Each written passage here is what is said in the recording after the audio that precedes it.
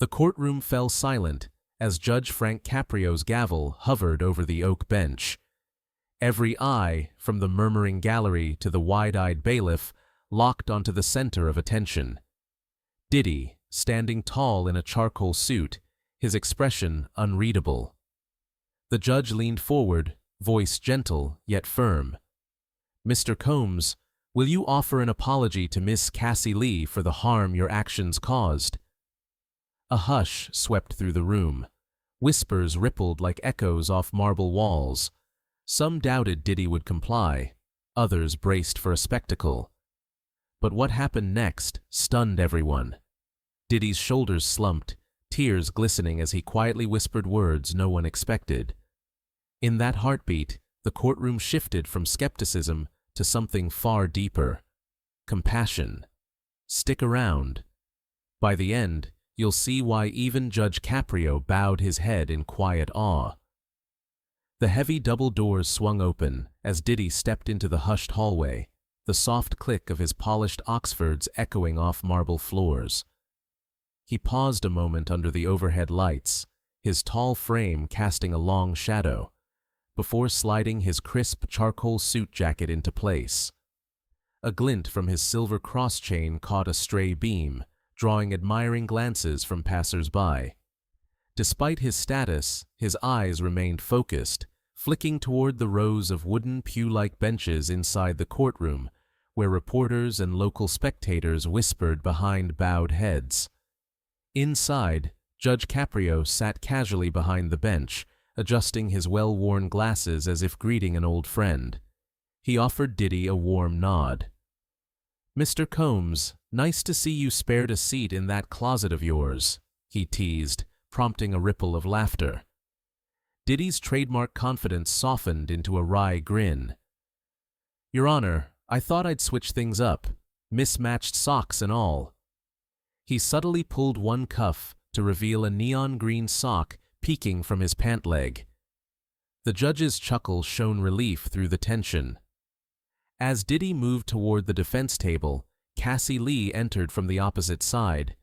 She wore a tailored navy sheath dress that spoke of quiet strength, hair pulled back to reveal eyes still tinted with lingering sadness. Murmurs spread. Cassie's fiancé had called off their engagement amid the scandal. She paused for a heartbeat, meeting Diddy's gaze without anger, only a flicker of resignation, before taking her seat beside her attorney, Marisol Rivera. Rivera offered an encouraging nod, whispering, "Stay strong, Cassie."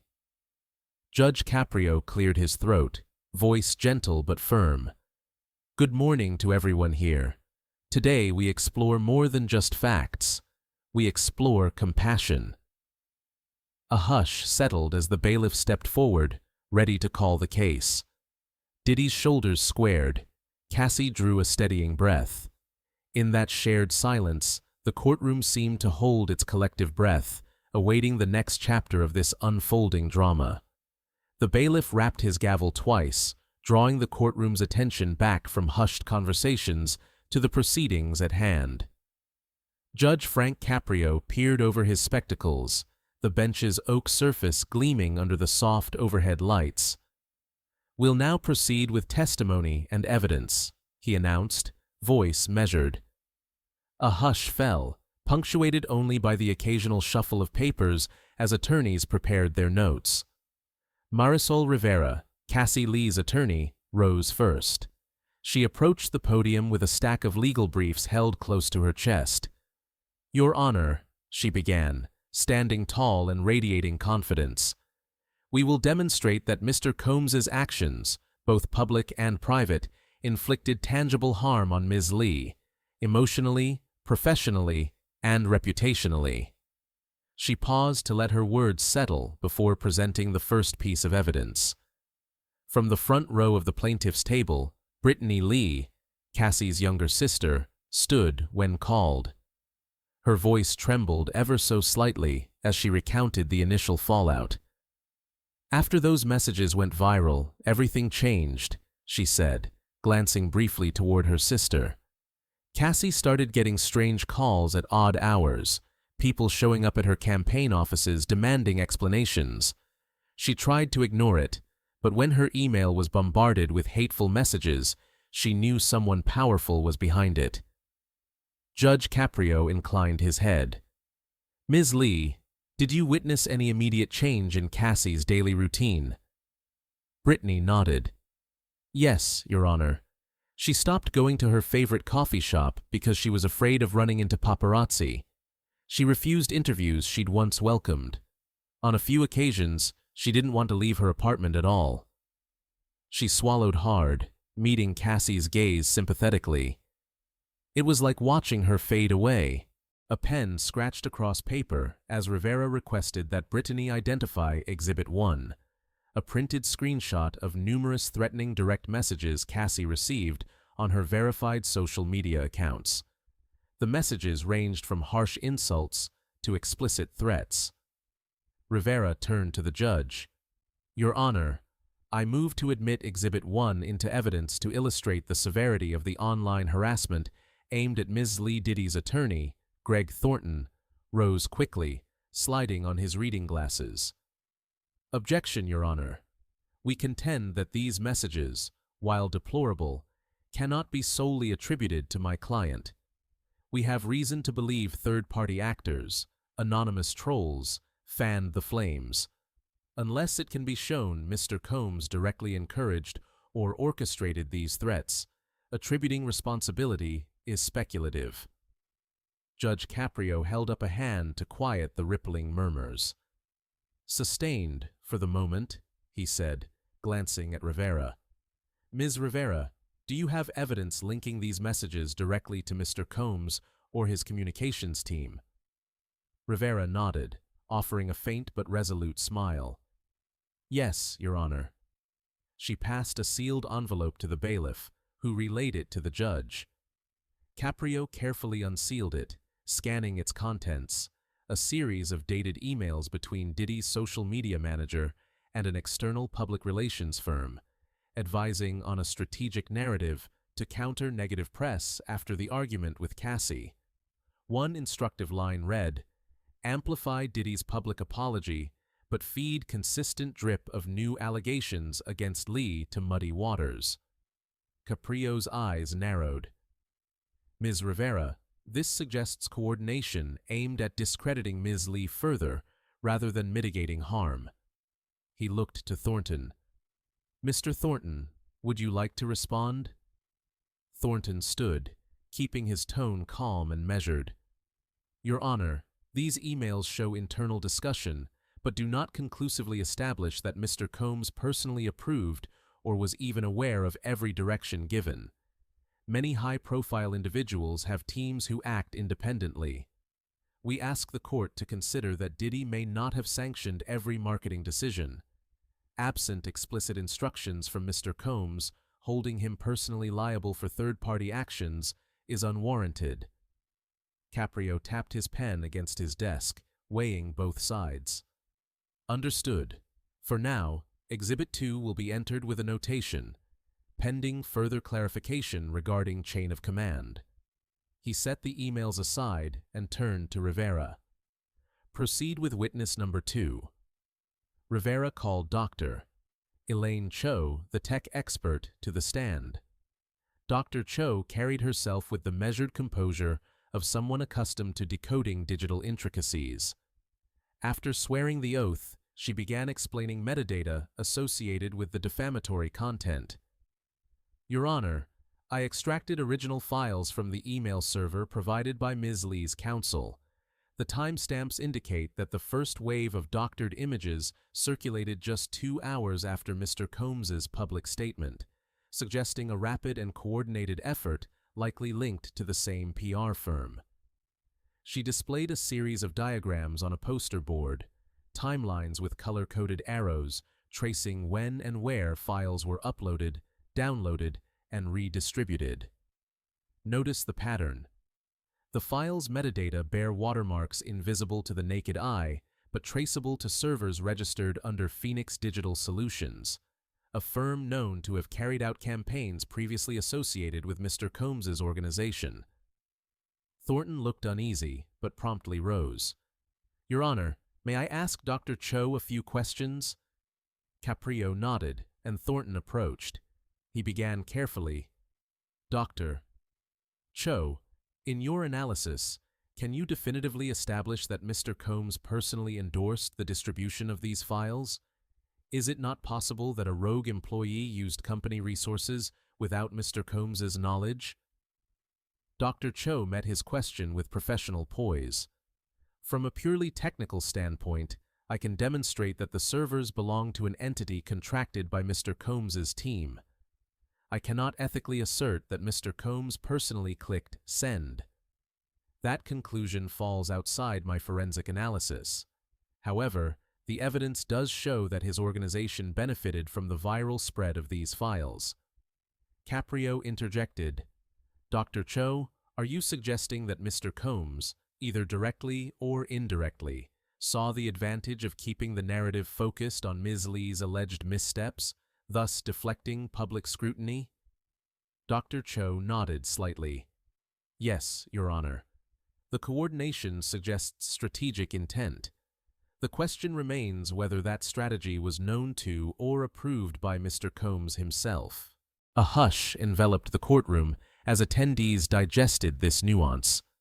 Cassie leaned forward, hands clasped, while Diddy sat rigid, jaw clenched.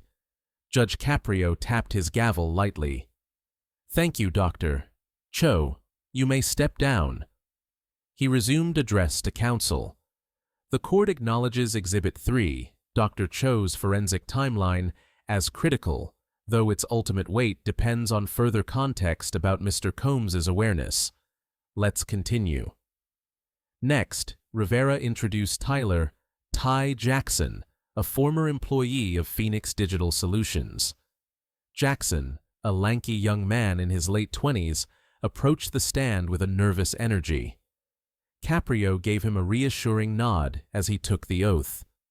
Rivera began gently. "Mr. Jackson, please explain your role at Phoenix Digital and any involvement you had with Mr. Combs's account." Jackson cleared his throat, adjusting the collar of his polo shirt. "I was a junior digital strategist. In early March, I saw an email chain from Phoenix's main office requesting a strategy to quell the negative press over Ms. Lee's allegations made by Diddy himself. They wanted to pivot the narrative to undermine her credibility." He took a breath. "I was assigned to create content that supported Diddy's apology while also facilitating new, subtler accusations against Ms. Lee, accusations suggesting she leaked private messages herself to gain sympathy.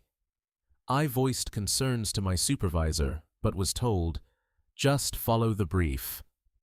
I felt uneasy, but I needed the job." A pause rippled through the courtroom. Caprio leaned forward. "Mr. Jackson, did you ever witness Mr. Combs directly meeting with Phoenix Digital representatives?" Jackson shook his head. "No, Your Honor. My interactions were with Phoenix's executives.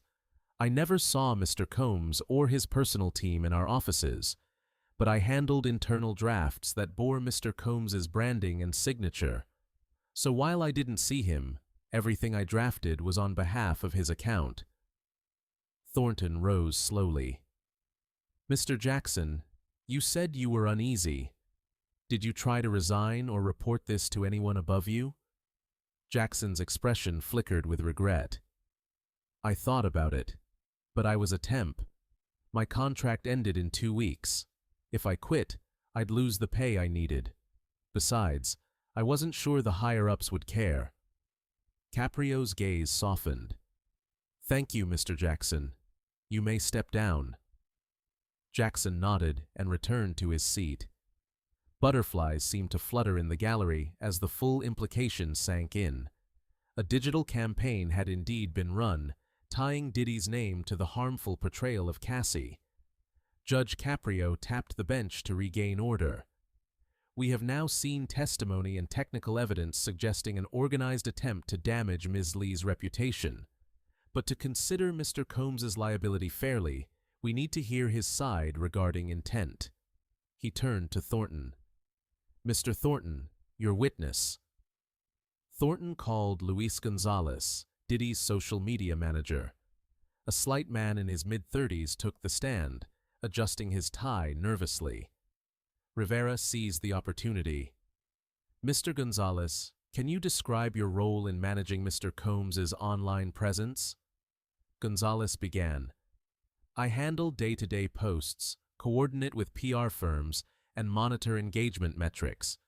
I report directly to Mr. Combs' executive assistant, not to Mr. Combs himself. Rivera held up a printed email. Is this a chain of correspondence between you and Phoenix Digital Solutions, requesting prepared material for social media posts? Gonzalez nodded. Yes, I requested draft statements regarding Ms. Lee, based on initial conversations about controlling the narrative. Rivera pressed on. Did you ever make it clear to Phoenix Digital that harmful, unverified allegations against Ms. Lee should be deprioritized? Gonzalez hesitated, then sighed. I urged them to focus solely on Mr. Combs' apology, but Phoenix's senior strategist insisted on foregrounding certain rumors. I relayed Phoenix's drafts to Mr. Combs' assistant, but Mr. Combs never explicitly told me to delete them. Caprio leaned in, voice gentle but probing. So, to clarify, Mr. Combs did not personally review every post, but your department, under Phoenix's direction, produced content that could harm Ms. Lee's reputation. Gonzalez nodded. Yes, Your Honor. I take responsibility for passing those drafts along. I believed I was doing my job, but in hindsight, I should have pushed back. A brief silence followed. Judge Caprio addressed Thornton. Mr. Thornton, does Mr. Combs accept that lapses in oversight by his digital team contributed to Ms. Lee's ordeal? Thornton replied, My client regrets that his team's actions caused unintended harm. He did not intend to vilify Ms. Lee, Your Honor. Any content presented without his final approval is not a reflection of his will. Caprio closed his eyes momentarily, then reopened them with a thoughtful expression. We will take a 10-minute recess to allow Mr. Combs to confer with counsel about stepping forward with his own statement. When we resume, I would like him to offer his perspective under oath. The gavel fell. As the courtroom emptied, the weight of testimony lingered. A jury of peers debating empathy versus accountability, ignorance versus willful negligence. In just 10 minutes, the next phase would challenge Diddy to speak for himself, potentially shifting the case's trajectory. When the judge called the court back to order, observers leaned forward, ready for what might become the defining moment of this courtroom drama. Cassie settled back into her seat as the court clerk reopened the session.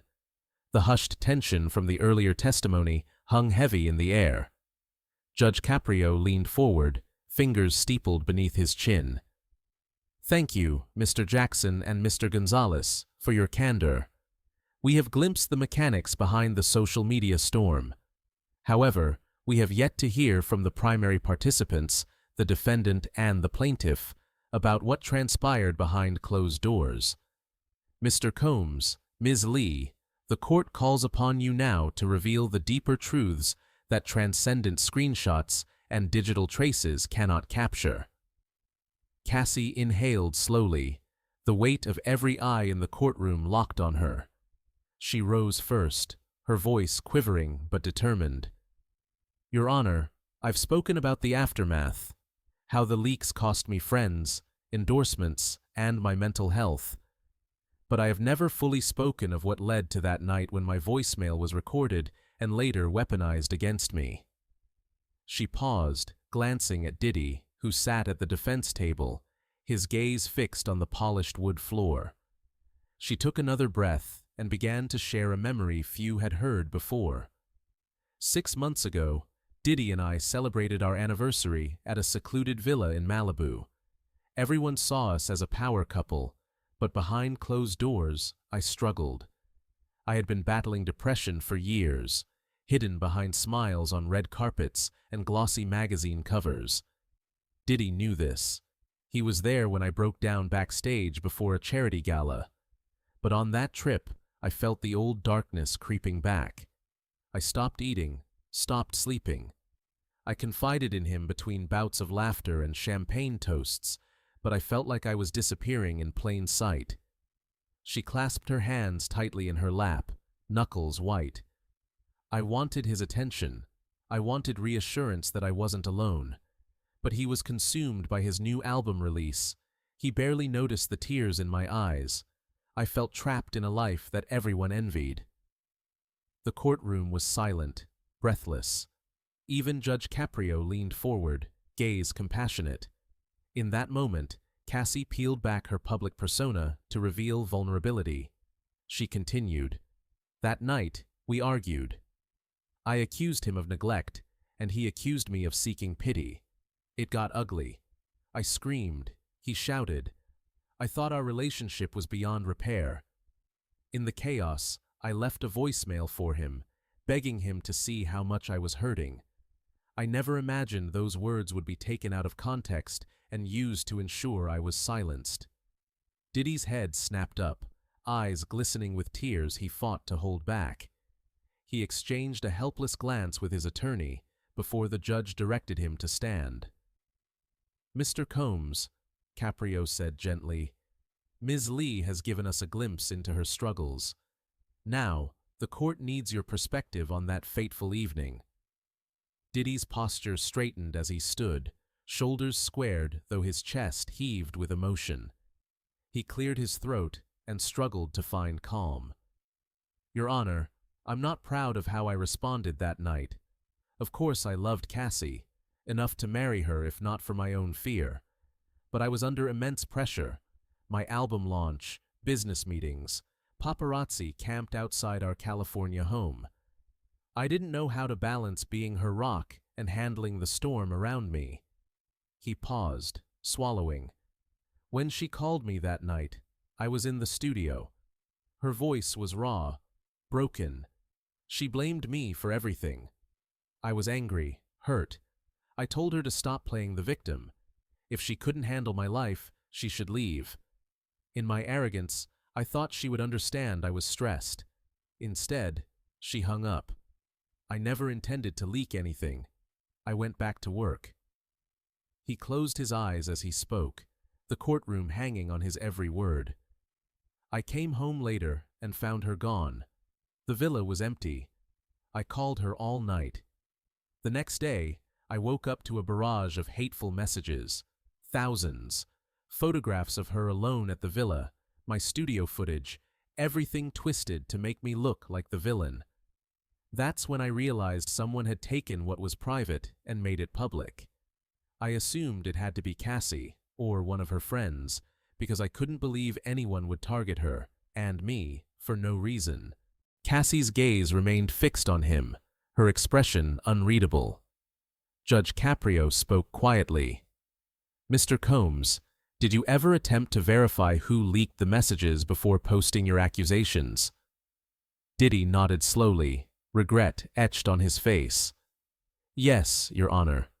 I asked my team to investigate, but by the time I received any information, the narrative had been set. I was swamped with phone calls from lawyers and publicists telling me to defend my name. I let my anger control me. I posted things I shouldn't have." A tremor ran through the room. People who had viewed Diddy as unreachable now saw the raw pain behind his stoicism. Judge Caprio allowed a brief moment of silence to honor the gravity of Diddy's confession. Then, Caprio's voice softened. "Ms. Lee, hearing Mr. Combs's account, do you want to respond?" Cassie rose once more, her face pale but resolute. She took a steadying breath. "I did record that voicemail, Your Honor, but I didn't think to do so out of malice. I was desperate to make him understand. The depression I felt made rational thought impossible. I panicked knowing he was pulling away, leaving me alone with my darkest thoughts. If I believed there was any chance his team leaked it, I felt justified in defending myself. but I never meant to incite an online war." Her voice cracked as tears spilled, no longer tears of shame, but of sorrow for both their shared pain. "I'm sorry for not trusting him enough to tell him what I feared. I'm sorry for allowing my struggle to become fodder for the tabloids." The courtroom inhaled collectively, witnessing a rare moment. Two people once deeply connected, exposing the raw fissures that tore them apart. Judge Caprio closed his eyes, letting the moment linger. When he spoke again, his tone blended gravity with compassion. "This courtroom has seen evidence of harm, manipulation, and rage. But here, before us, stand two individuals who, beneath the celebrity and public scrutiny, are simply human, vulnerable to hurt, longing for genuine connection." At that moment, the emotional twist crystallized. It was not merely a dispute over leaked messages, but a collision of fame, mental health struggles, miscommunication, and the profound fear of abandonment. Cassie's depression and Diddy's overwhelming public life converged in a way that destroyed their private trust. The audience felt the weight of their confessions. Reporters scribbled fervently, sensing the story had shifted from scandal to sorrow. Judge Caprio rose and walked down from the bench, closing the physical distance between himself and the two. He held out a single page, a transcript of Cassie's voicemail and Diddy's text messages seeking clarity in the days following. "I want you to read this together," he said gently, handing the transcript to Cassie first. She took it with trembling fingers, eyes flicking between the printed words and Diddy's face. Diddy leaned forward, hands clasped. Cassie's lips moved as she read. "Sean, please. I'm so sorry for my part in this. I feel like I'm losing myself. I need you to know I never meant for anyone to see my pain." When her eyes met Diddy's, she saw a flicker of regret that cut deeper than any headline. Then, Diddy read aloud his response. "Cassie, I didn't realize how much you were hurting. If I had known, I would have been there. I'm sorry too. I never meant to hurt you." Their gazes locked. Time seemed to slow. The entire courtroom became a sanctuary of empathy rather than judgment. Cassie exhaled, letting tears fall freely. Diddy's head bowed, a single tear tracing the line of his jaw. Their pain, once conveyed privately, now resonated publicly in a way that forced everyone present to recognize how easily two people's hearts can be broken when communication fails. Judge Caprio interjected softly, "This transcript brings to light the human connection overshadowed by the social media frenzy. It reminds us that before the messages, before the posts, there was a relationship built on love, however flawed." He stepped back to the bench, allowing space for reflection. Cassie folded the paper and placed it gently on the defense table. "Your Honor," she began, voice steadier now, "I see now how my desperation and his silence created a perfect storm. I'm sorry for my part in fueling the rumors. I never wished to be a victim, but I also never wished to become one. I simply wanted to be heard." Diddy rose slowly, facing the judge. "Your Honor, I take ownership of my actions, especially in how I allowed my pride and ego to guide me rather than compassion. I failed to listen when she needed me most."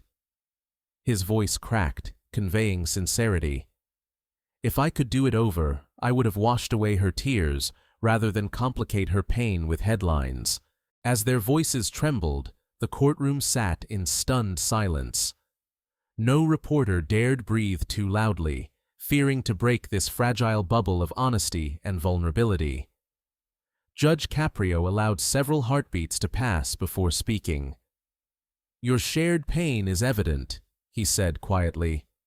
"I hope this moment marks a turning point, an opportunity to reclaim the love and understanding that once connected you." The emotional twist concluded with both parties at a crossroads.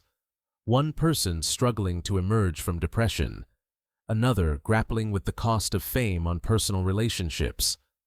Their confessions transformed the courtroom from an arena of accusation into a space for empathy.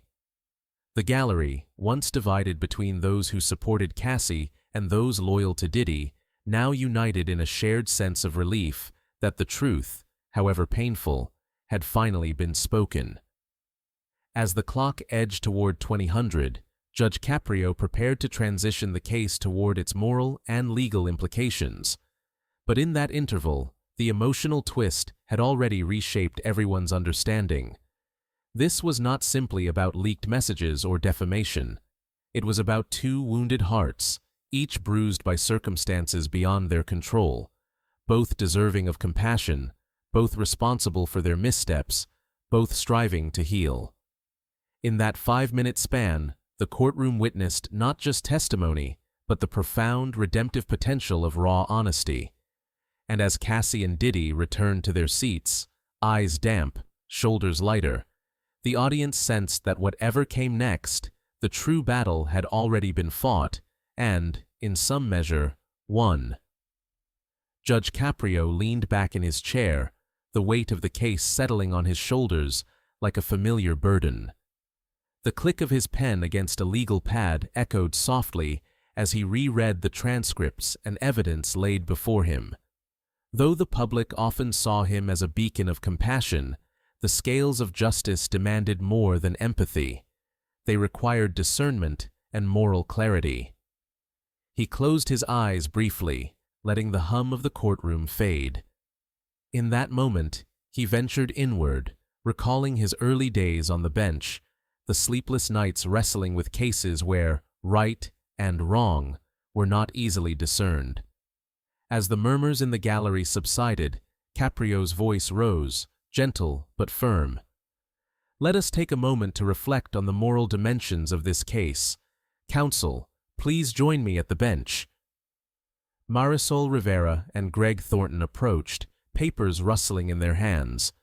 The judge gestured toward 2 chairs set at a slight angle to the bench. Please be seated. Rivera, her posture prim and unwavering, nodded. Thornton, adjusting his cuffs, studied Caprio's deliberate gaze. The audience leaned forward, sensing that the courtroom was shifting from mere evidence evaluation to something deeper, an exploration of conscience. Caprio began softly. Ms. Rivera, Mr. Thornton, this case goes beyond defamation and emotional distress.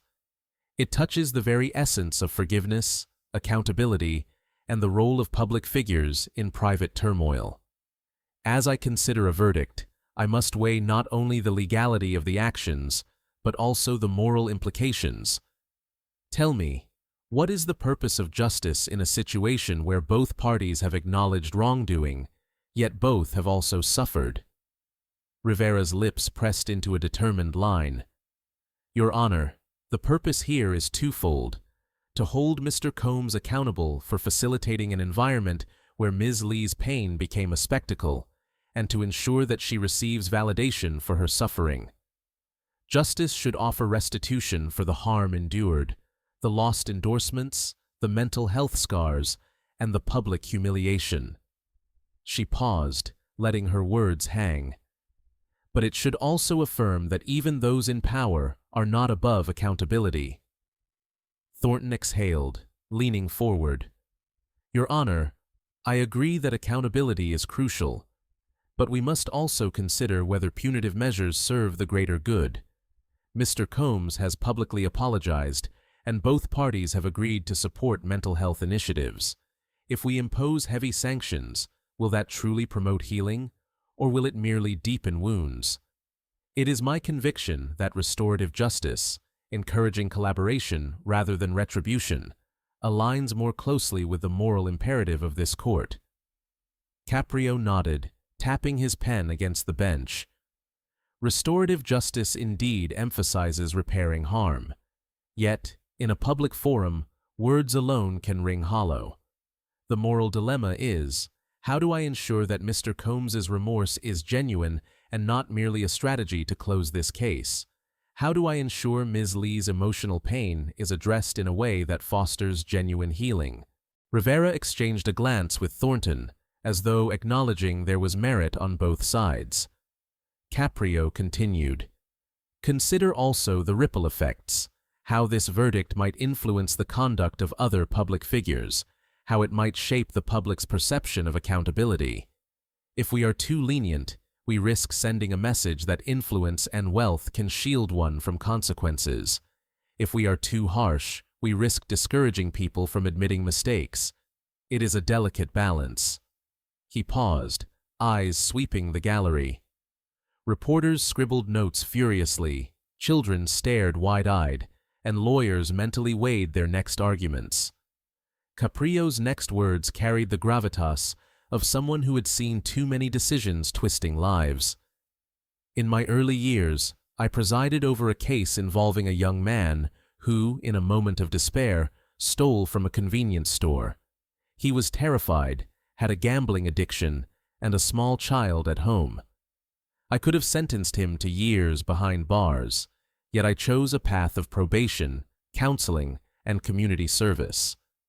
Some critics said I was too lenient, but that man eventually turned his life around, became a mentor for at-risk youth, and attributed his transformation to a moment of empathy. I share this not to claim I was right, but to illustrate the power of mercy when tempered with accountability." Marisol Rivera nodded, as if hearing something she hadn't considered. Thornton bit his lip thoughtfully. Caprio's gaze settled on them. "How do you propose we incorporate both justice and mercy in this case, given the unique dynamics of celebrity and mental health?" Rivera spoke first. "Your Honor, Ms. Lee's scars are real. A public apology, accompanied by tangible support for her healing and a moratorium on further public commentary, would reaffirm her dignity. I propose that Mr. Combs issue a joint statement, co-signed posts where both parties acknowledge their faults and pledge to use their platforms for good. Furthermore, a contribution to mental health services that doesn't just bear Ms. Lee's name, but actively involves her in decision-making, would ensure she has agency in the healing process." Thornton leaned forward, fingers interlocked. "I propose that, in addition to what Ms. Rivera suggests, the court require Mr. Combs to participate in a public forum next month, an event organized by the new foundation, where he speaks candidly about mental health, relationships, and the consequences of digital vitriol. True accountability must involve vulnerability before the public, and Ms. Lee must commit to sharing her story in a controlled, therapeutic setting that educates rather than exploits her pain. This way, we demonstrate that healing can be communal." Caprio exhaled, absorbing their words. He stood, moving from directly behind the bench to perch on the edge. Crossing one ankle over the other, he let the ambient light play against the wood grain, as though drawing warmth from the surroundings. "Your proposals reflect elements of both restorative and retributive justice, but the moral dilemma remains. How do I, as judge, ensure these gestures are more than performance? How do I hold them to ongoing responsibility?" He looked over the rim of his glasses. "I am inclined to impose a clause, a 6-month review in this courtroom, where both parties return to report their progress. They must present documented evidence, financial records of contributions, attendance logs for the mental health forum, and personal reflections vetted by a licensed counselor. Should they fail, there will be consequences, monetary penalties directed to a mental health scholarship fund. This regular accountability ensures that the promises made here are not fleeting." Rivera uncrossed her arms, studying Caprio with renewed respect. "That structure could foster genuine change, Your Honor. Ms. Lee fears her voice will be drowned out by the next sensational headline. A scheduled review signals to her that the court stands with her, not just today, but in the months ahead." Thornton whispered to Caprio, "If they know they have to stand before you again, it will drive sustained commitment rather than a short-lived public relations campaign." Caprio nodded decisively. The judge rose fully, turning to address the gallery. Let it be known that this court prioritizes moral responsibility alongside legal mandates. This is not a courtroom of vengeance. It is a forum for truth, reconciliation, and service to the public good. We shall proceed with these guidelines, but I will not hesitate to revisit this matter if the terms are not met. A collective breath seemed to be released.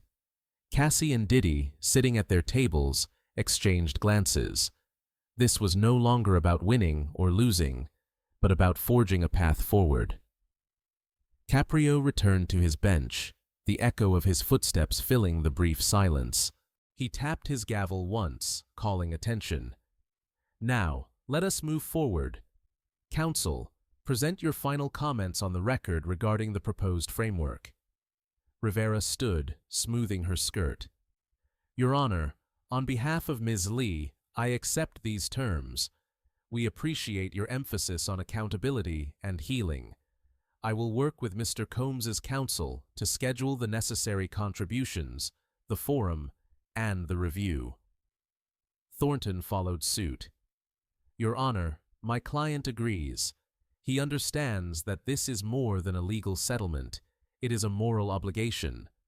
We will submit a proposed timeline within 7 days and arrange for the public forum to include mental health professionals, victim advocates, and media outlets to ensure transparency. Caprio nodded slowly. Very well. Let the court's minutes reflect these commitments. Joint public apology signed and released within 10 days. $200,000 contribution, $100,000 each, to the Voices of Healing Mental Health Fund, public mental health forum date set for no later than 30 days from now. 6-month review hearing scheduled for December 15, 2025 at 10 a.m. Documentation submitted at least 5 days prior to that hearing. He paused, scanning records in front of him. Should either party fail to comply fully, the court will impose a penalty of $50,000 to the scholarship fund for at-risk youth, per missed obligation. Do I have agreement? Both attorneys nodded in unison. Caprio raised his gavel. So ordered. As the gavel fell, a palpable shift moved through the room. The legal phase of the case had closed. What remained was a moral covenant. Caprio looked toward Cassie and Diddy. You may rise. They stood, each appearing smaller under the court's gaze, yet also more human than ever before. Ms. Lee, Mr. Combs, Caprio said, tone softening. I encourage you to find in this process not only penance, but also possibility. Your public reconciliation can serve as an example, an illustration that mistakes, however public, need not define us forever. Use this moment to inspire rather than divide. Cassie dabbed at her eyes with a tissue, nodding. Diddy bowed his head respectfully. The audience sat silently, absorbing the weight of the judge's words, a reminder that justice extends beyond verdicts into the hearts and lives it touches. Outside, cameras would flash, reporters would type feverishly, and social media would erupt. Yet within those 10 minutes of reflection, Judge Caprio had laid a foundation grounded not in legal technicalities, but in moral resolve. He returned to his bench, pen poised over paperwork that now represented more than a ruling. It represented hope that empathy, accountability, and structured guidance could steer 2 wounded souls toward healing. As the courtroom clerk announced recess, the soft murmur of discussion filled the air.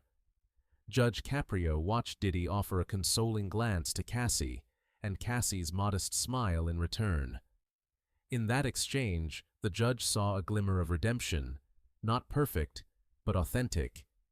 He leaned back, content that for now, the moral dilemma had been met not with empty platitudes, but with a plan that tempered justice with compassion, ensuring that the story did not end with a courtroom gavel, but began anew in lives rebuilt. As Judge Caprio rapped his gavel to signal the next phase, The courtroom shifted its collective attention once more. The air crackled with anticipation. Observers knew that a pivotal moment was imminent. After the moral deliberations and testimony that laid bare the vulnerabilities of both Cassie Lee and Sean Diddy Combs, it seemed the path to resolution was in sight. Yet the judge, ever mindful of hidden complexities, tapped the bailiff on the shoulder. "Bailiff," Caprio said, in that calm but commanding tone that made everyone lean in, "I understand there is a new filing that arrived barely moments ago. Let's have it brought forward immediately." The bailiff hurried to retrieve a sealed envelope from a clerk standing near the back. As the bailiff approached, palms slightly trembling, the gallery murmured in unison. Cassie's attorney, Marisol Rivera, and Diddy's counsel, Greg Thornton, exchanged uncertain glances. Neither had been notified of any late-breaking evidence. Thornton rose quietly, adjusting his tie. "Your Honor, may we know the nature of this submission?" he asked. Caprio tapped the envelope lightly against the bench, eyes never leaving the two attorneys. "We shall see shortly. Let's proceed with transparency." He beckoned the bailiff to bring the envelope to the bench. With cautious fingers, the bailiff handed the envelope to the judge. Caprio inspected the official seal, a courthouse emblem freshly inked, then broke it open. Out fell a manila folder stuffed with documents. He set it aside for a moment, then motioned to both counsel. "Counselors, I believe you should review this material together at the bench before it's introduced publicly." Reluctantly, Rivera and Thornton rose and joined Caprio at the side of the bench. The gallery hushed. Voices sank to whispers. For several minutes, the judge and attorneys huddled, mouths moving in quiet consultation, papers rifling. Finally, Caprio returned to his bench, expression unreadable. "Ladies and gentlemen," he announced, "the court has received a letter from an anonymous source claiming direct involvement in the unauthorized release of Miss Lee's private materials. Accompanying the letter are bank records, server logs, and communication transcripts that have not been examined by either party until now. Given the gravity of these new submissions, we will admit them as Exhibit K, to be opened and reviewed in open court." A ripple of shock moved through the courtroom. Cassie's body stiffened, eyes darting to her attorney. Diddy's jaw clenched, and Thornton shot a swift glance at his client. None had anticipated this surprise. With a swift gesture, Caprio had altered the course of their entire proceeding. The envelope's contents were spread across the bench.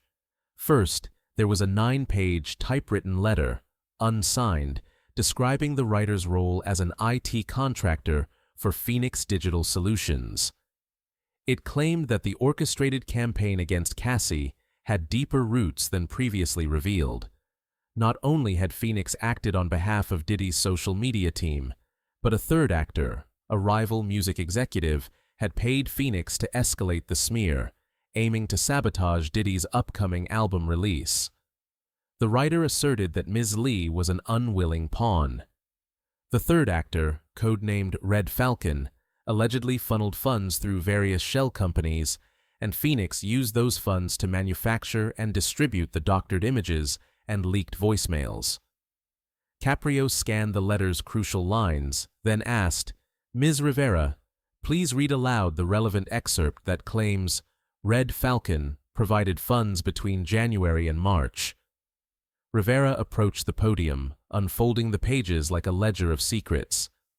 At various intervals, January 15th, February 8th, March 3rd, Phoenix Digital Solutions received wire transfers totaling $150,000 from an untraceable Cayman Islands account under the name Falconius Holdings.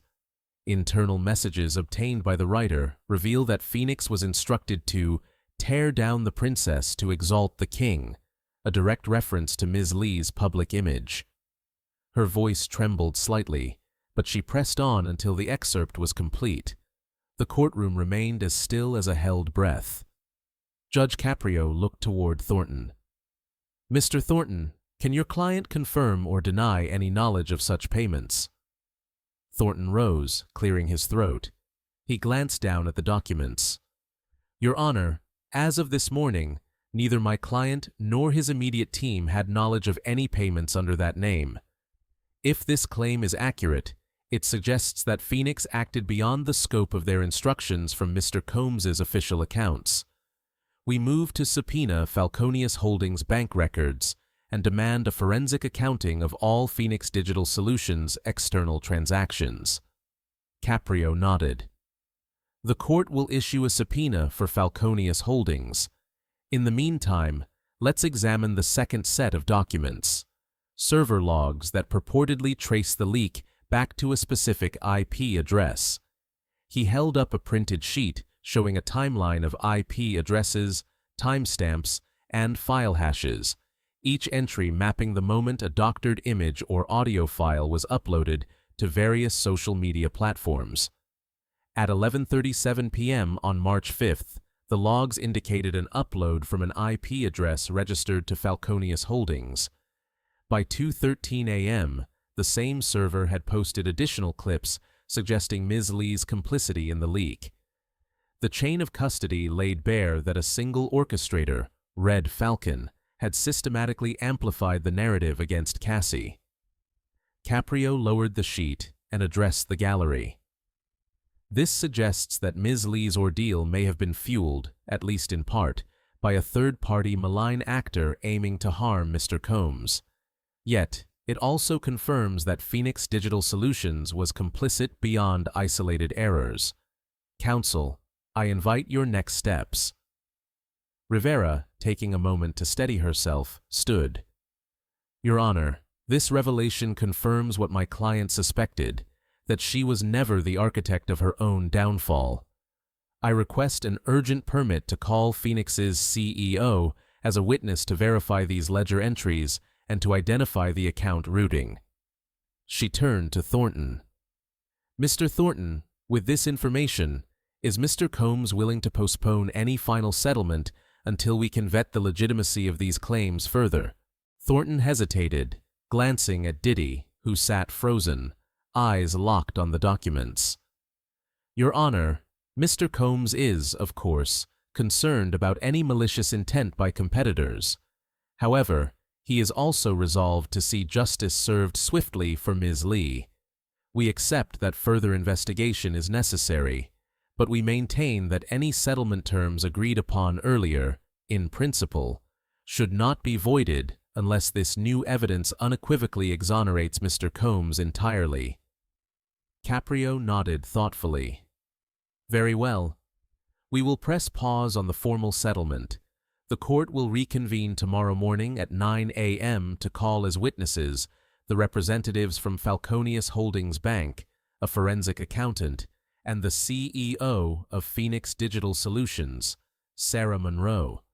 The purpose: to ascertain the veracity of these late-filed documents. A charged silence followed. The gallery tensed, jaws dropped, some questioning how a rival executive could be so vengeful. Cassie's attorney gave her a reassuring nod. Cassie's eyes flickered from the judge to her counsel, processing that the narrative might, and perhaps should, shift away from blaming her. Just as the judge was ready to move on, another item caught his eye in the envelope, a sealed USB drive labeled Confidential. He frowned, turning to both counsel. Counselors, shall we review this USB drive's contents now, or shall we wait for a specialized IT technician? Rivera spoke first. Your Honor, given the sensitive nature and the potential for tampering, I recommend we have our forensic specialist examine the drive outside of court hours. However, if the court wishes to expedite, we could review it here, with Dr. Elaine Cho returning to assist. Thornton nodded in agreement. Caprio weighed the requests. Very well. Dr. Cho, please be on standby outside the courtroom. The court will vacate for recess, and counsel will review the contents of this drive in a secure setting. We will reconvene in 45 minutes to determine if any portion may immediately bear relevance to these proceedings. As the gavel sounded for recess, Cassie closed her eyes briefly, as if bracing for the storm. Diddy sat rigid, fingers interlocked, fists whitening. The gallery buzzed with speculation. Was the USB drive going to reveal deeper machinations? Would Phoenix's CEO's testimony alter the case yet again? In a private room adjacent to the courtroom, Rivera, Thornton, and Dr. Cho gathered around a small table. The USB drive lay in a protective case. Dr. Cho donned gloves, then inserted the drive into her encrypted laptop. The screen lit up with a directory named Evidence for Providence Court. She scrolled. Audio recording. Meeting with Red Falcon. Email thread. Phoenix contract instructions. Draft press release. Blame Lee. Internal memo. Transfer details. Dr. Cho clicked the audio file first. Voices crackled, a male voice with a distinct accent, instructing a Phoenix executive to go full throttle on the next drop, make sure she takes the fall. Then, a female voice, identifiable as the CEO, asking, "Are you sure this will convince him to delay his album?" The male voice replied, "Absolutely. Diddy will be too busy cleaning up his own mess to notice the new tracks." Rivera gasped softly. Thornton's face drained of color. Dr. Cho paused the audio, then turned to Rivera. "Your Honor will want to hear this recording. It's incontrovertible evidence of intent by Red Falcon and complicity by Phoenix's CEO next." Dr. Cho opened the email thread. It contained dated instructions from Phoenix's VP to the CEO. Subject, Project Lee. Let's ensure Diddy's team sees this as a win. Leaking her voicemails will create enough noise. Schedule transfers. $50,000 on January 15th, $70,000 on February 8th, $30,000 on March Uchunju. Each line corroborated the earlier server logs. The draft press release document offered a step-by-step plan. Headline: Diddy demands answers. Subheadline: Cassie's betrayal exposed. It instructed Phoenix's PR team how to seed narratives to tabloid journalists. The internal memo provided bank routing numbers that matched the Falconius Holdings account. With this evidence in hand, Rivera and Thornton shared a look of grim understanding. Rivera folded her arms. "This confirms that Ms. Lee was manipulated by outside forces. We must move quickly to amend the charges, or refocus them toward Phoenix and Red Falcon." Thornton nodded, though his expression remained grim.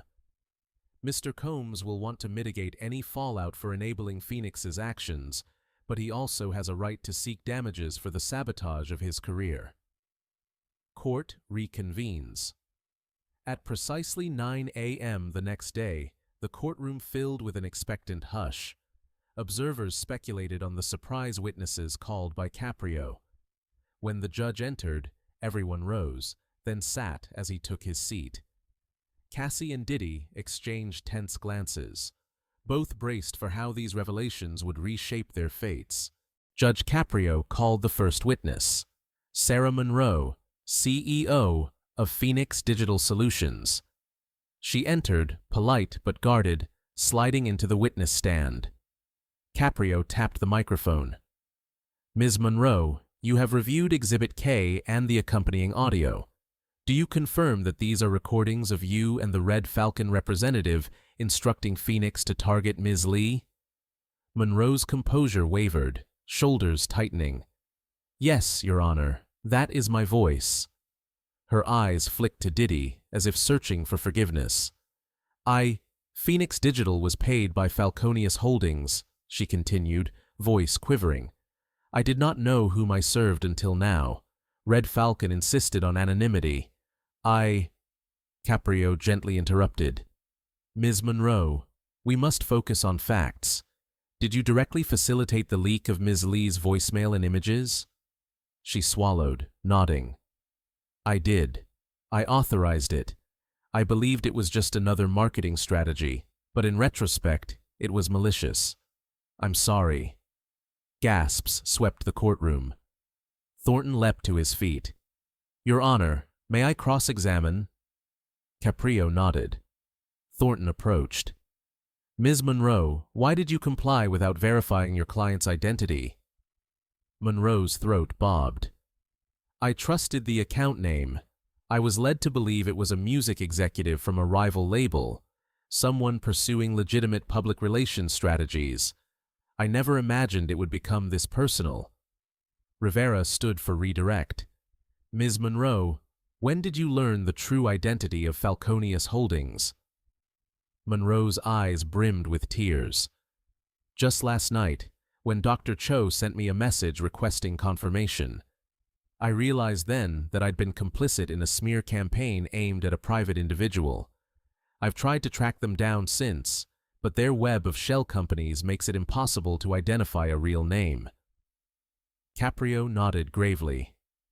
Thank you, Ms. Monroe. You may step down.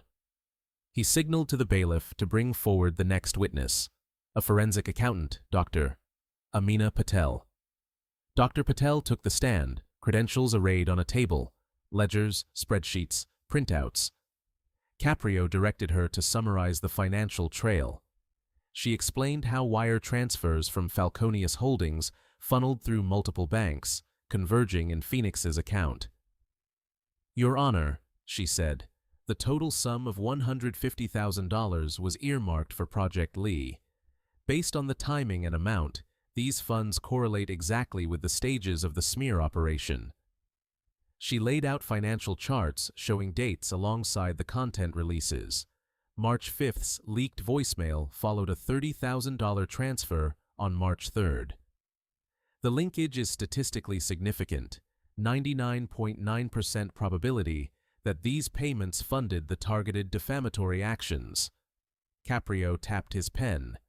So, this demonstrates that an external party, not Ms. Lee, was the catalyst for the defamatory campaign. It also suggests that Mr. Combs may not have been the primary instigator. Rivera spoke up. Your Honor, this vindicates Ms. Lee.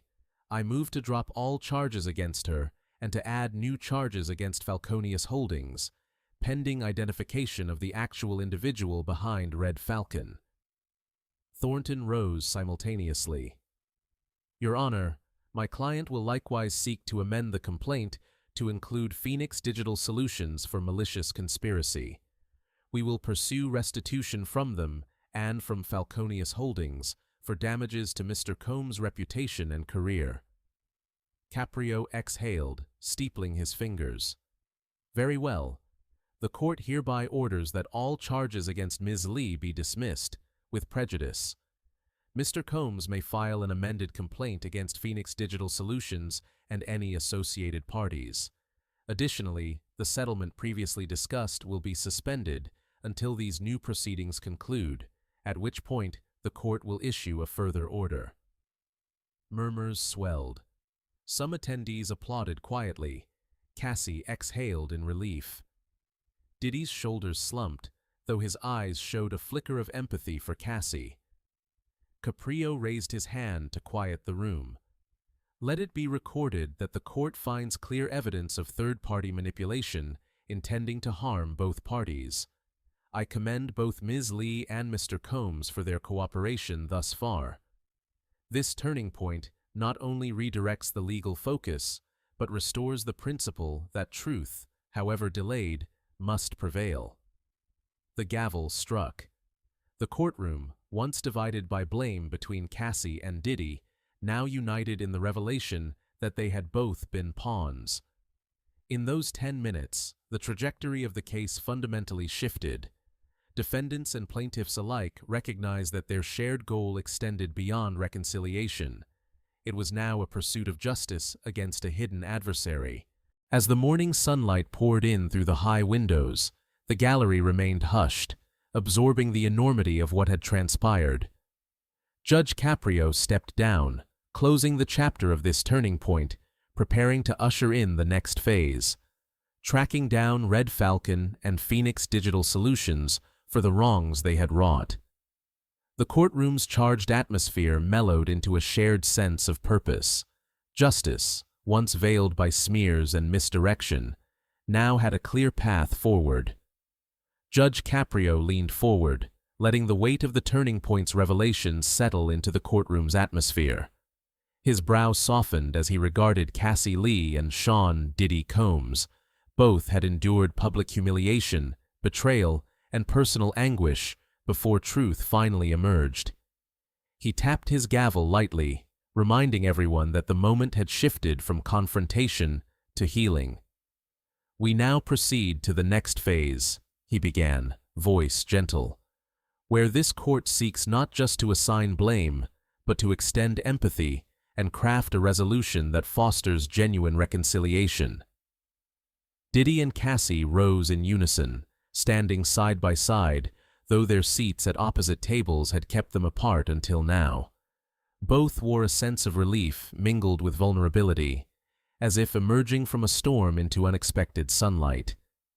The gallery hushed, the tension of the previous days giving way to something more poignant.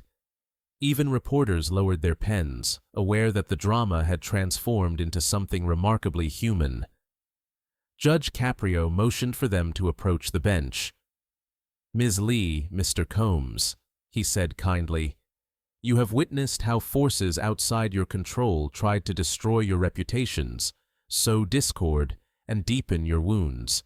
Yet you have both risen here, willingly exposing those wounds to reach a deeper truth. Before this court, I ask each of you to share how you have been affected and what you believe is necessary for healing, not only for yourselves, but for the community watching." Cassie hesitated, then nodded. She took a steadying breath. "Your Honor," she began, voice soft but clear, "my life was upended in ways I never imagined. The fall from public grace, the whispers of betrayal, it all compounded a depression I had long battled. Even as a public figure, I felt invisible in my pain. The leaks, the rumors, they made me feel as though I was suffocating beneath layers of deceit. But today, knowing that I was used as a pawn, knowing that others manipulated every aspect of my downfall, brings both relief and sorrow. Relief because I understand the cause, sorrow because I realize the extent of my vulnerability." She paused, glancing at Diddy, whose expression was a mixture of regret and empathy. She continued, "Despite everything, I never wanted to break him either. I love him for the person he was before fame overshadowed us.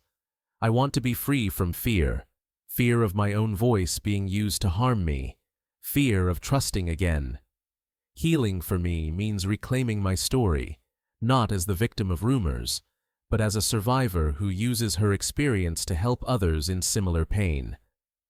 Diddy's shoulders moved as he swallowed hard. "Your Honor, He paused, tracing a finger along the bench's edge. "I've always been known for my confidence, my success, my empire. But inside, I felt hollow. When the scandal erupted, I was terrified. Terrified that everything I built would crumble, that I would be incapable of protecting someone I love. In my fear, I lashed out, posting things I shouldn't have. I let my ego overshadow my compassion. I see now how my actions contributed to Cassie's suffering. My apology in court was just the start.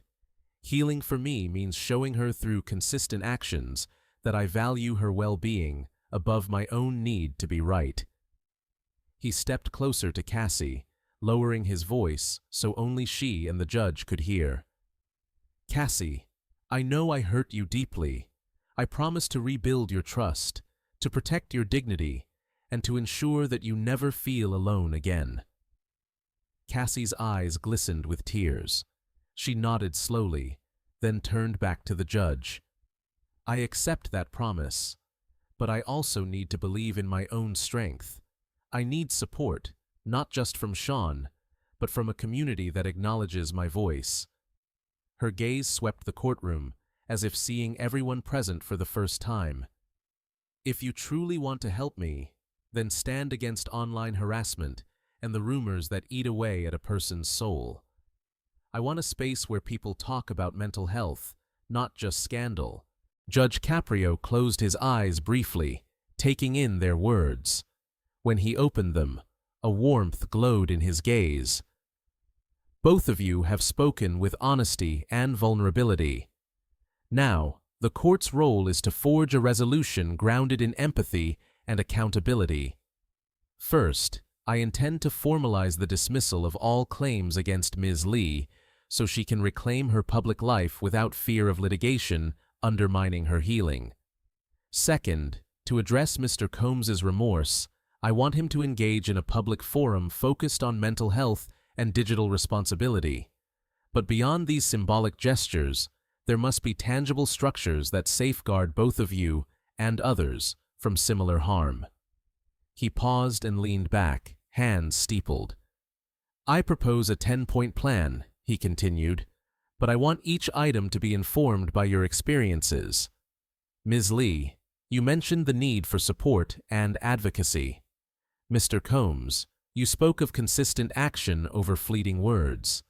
Together, let us determine each step that makes this resolution more than a momentary bandage. Rivera and Thornton leaned forward, ready to assist. The judge invited Cassie and Diddy to outline what they would need from that plan. Cassie began.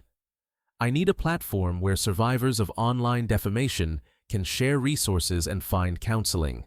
I need funds allocated to ensure mental health professionals can reach victims in real time. She looked at Diddy. And I need him to stand beside me, not just in acceptance, but in active participation. No backstage deals, no silent sponsorship. Diddy nodded. I want to help fund that platform. I want every apology, every post I make, to be backed by a donation, a volunteer hour, or some form of tangible support. I also want to use my music label's channels to amplify mental health resources, ensuring they aren't buried beneath scandalous headlines. Judge Caprio smiled, a genuine curve lighting his face. Excellent. We'll set up a joint fund.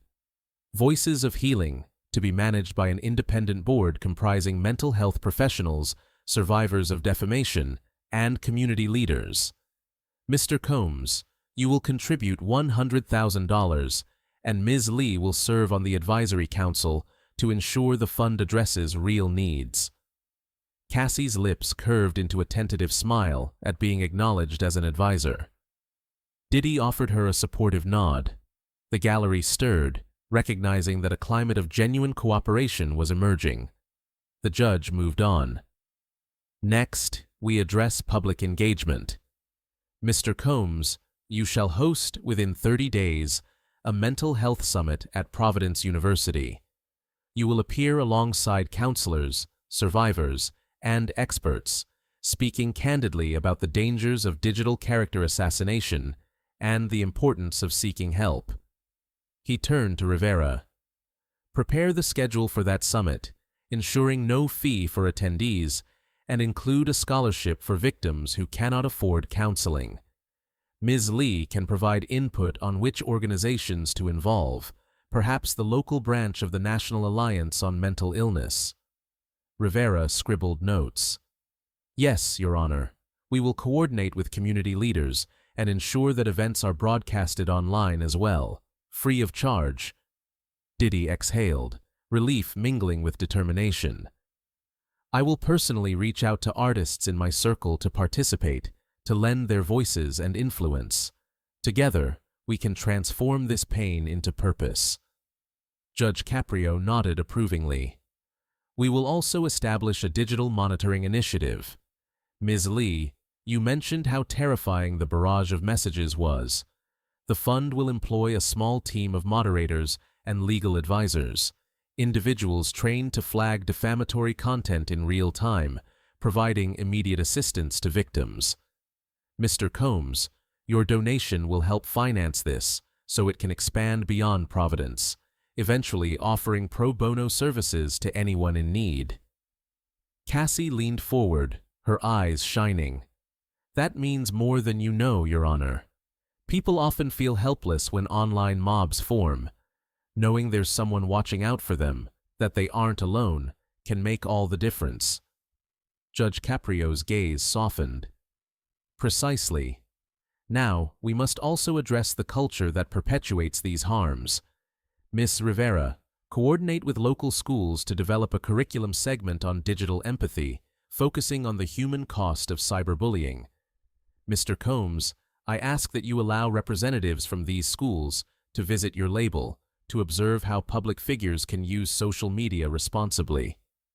Thornton, writing quickly, nodded. That can be arranged, Your Honor. We have strong relationships with community educators and are eager to involve them. The judge continued.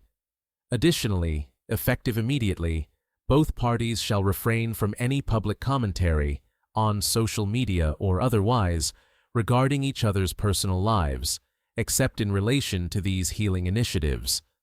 Should either violate this, a penalty of $50,000 will be paid to a scholarship fund for at-risk youth, another way to safeguard against exploitative behavior. Cassie and Diddy exchanged a glance, acknowledging the clause. Caprio's tone became even more personal as he addressed them. Remember, the world will watch every step you take. Purposefully demonstrating respect, accountability, and compassion will be your greatest testament. As a final measure, I will schedule a 6-month check-in. Both of you will return to this courtroom, present updates on your progress, and answer any questions. We will meet again on December 1st, 2025, at 10 a.m. The purpose is not to shame, but to celebrate the journey from pain to purpose. Diddy's shoulders sagged with relief. Your Honor, I commit to being here on that date, ready to show how far we've come.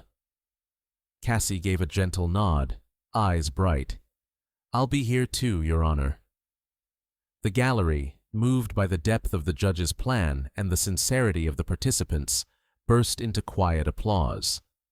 A few tears glistened in eyes that had borne witness to the raw unraveling of this couple's heartbreak. Judge Caprio allowed a half-smile before rapping his gavel. So ordered.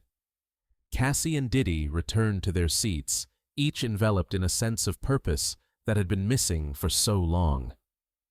Their attorneys gathered their papers, glancing at each other with a rare look of camaraderie rather than contention. The gallery began to disperse slowly, the hush replaced by whispers of admiration and hope.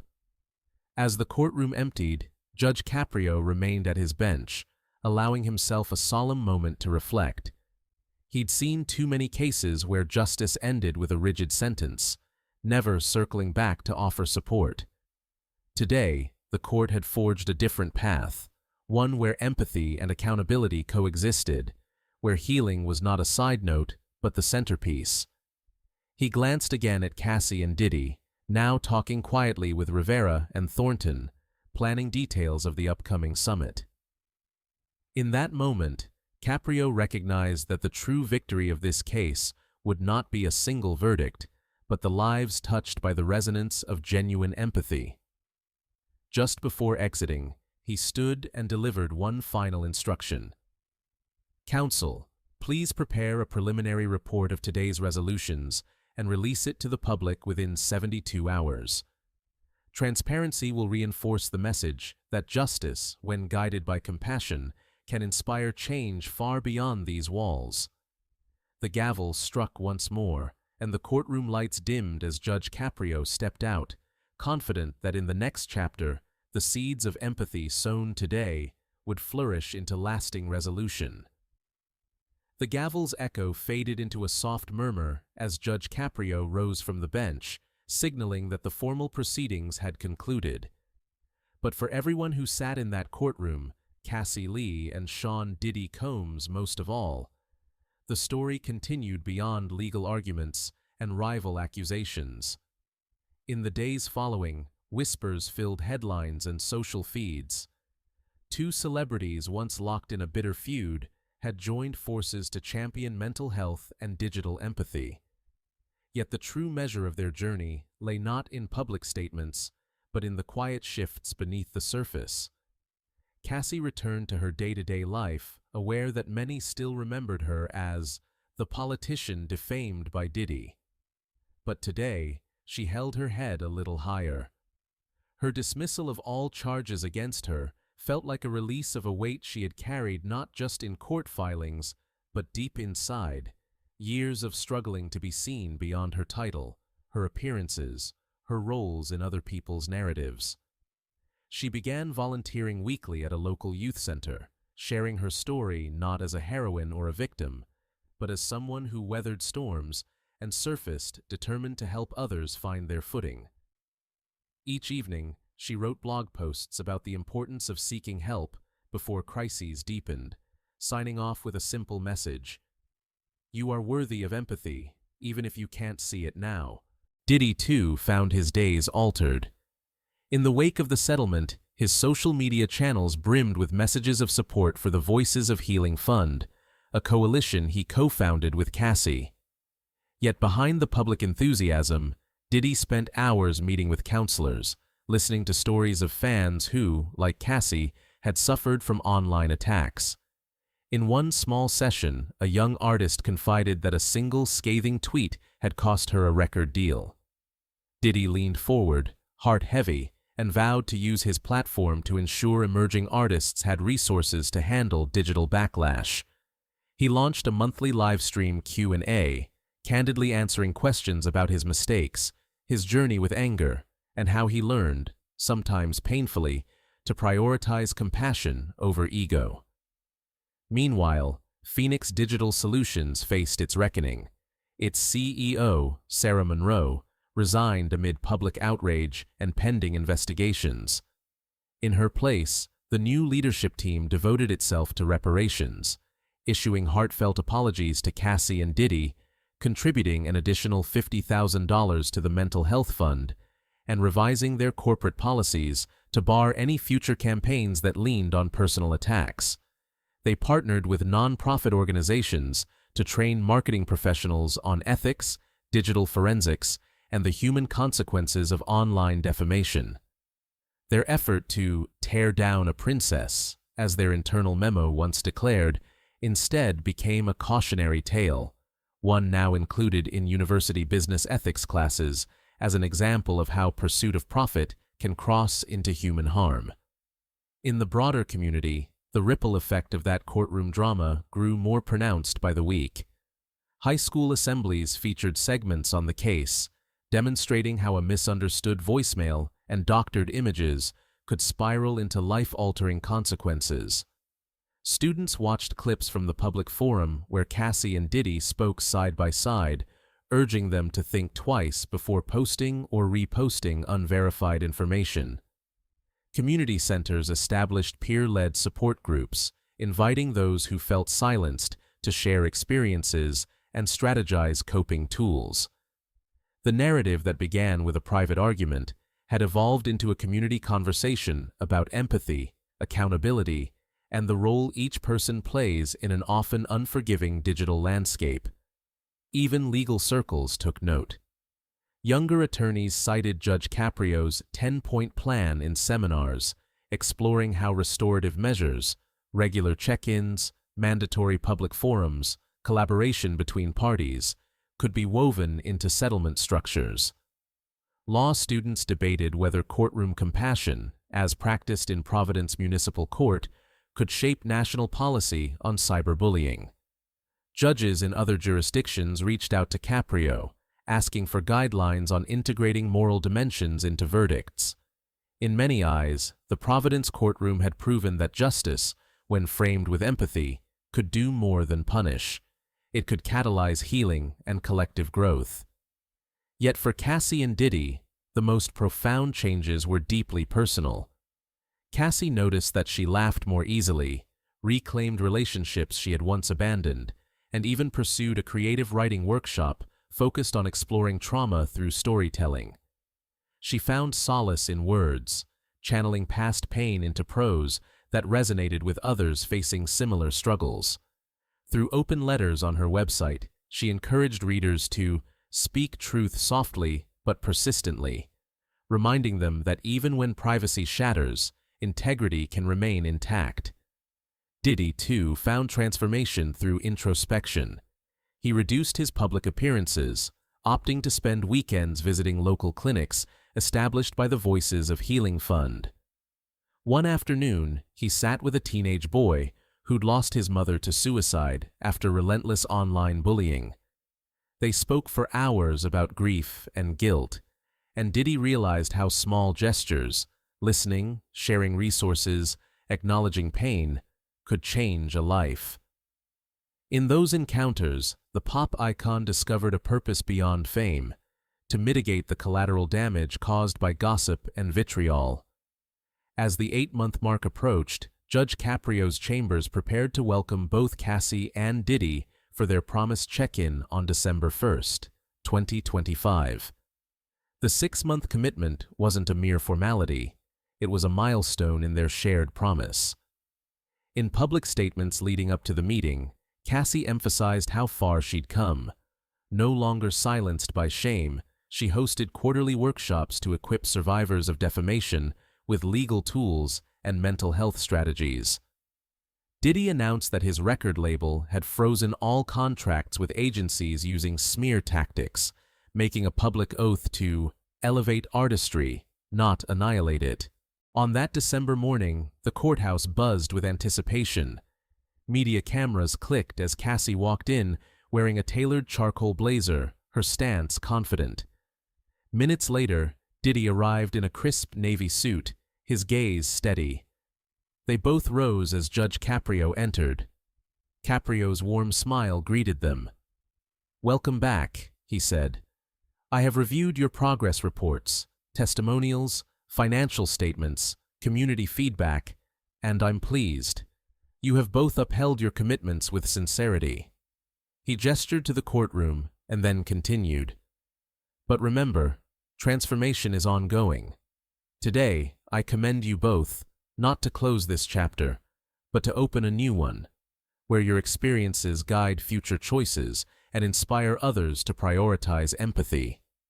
He tapped the updated ledger. The Voices of Healing Fund had grown to $400,000. The Mental Health Summit had drawn thousands. The Digital Monitoring Initiative had prevented dozens of smear campaigns. Schools integrated digital empathy into syllabi, and law students cited this case in scholarly articles. Cassie's and Diddy's faces shone with pride, yet they did not bask in applause. Rather, they leaned toward each other in a gesture of solidarity. In that moment, the courtroom bore witness to more than just a legal resolution.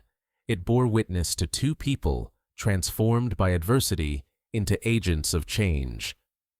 As the proceedings adjourned, Judge Caprio offered one final thought. "Let this be a reminder that when individuals choose compassion over condemnation, the ripple effects can reshape not only lives, but the very culture we inhabit. Your journey shows us that justice is not a moment. It's a movement toward understanding and shared humanity." When the gavel fell, Cassie and Diddy walked out together, no longer adversaries, but co-collaborators on a mission far greater than their own redemption. In Providence, that day's sunlight felt warmer, the air tinged with possibility, as the community embraced the truth that healing, though often set in a courtroom, ultimately takes place in hearts and minds willing to change. If this story moved you, please share your thoughts below. Have you ever faced online harassment or helped someone through a difficult time? Your experiences can inspire others and remind us we're not alone. Be sure to hit like if you believe in the power of empathy over outrage, and subscribe for more real-life courtroom stories that spotlight compassion in action. Don't forget to ring the bell so you receive our next update on how Cassie and Diddy's foundation is making a difference in mental health and digital safety. Finally, consider sharing this video with friends, family, or anyone who might need encouragement. Together, we can turn pain into purpose and build a more understanding community online.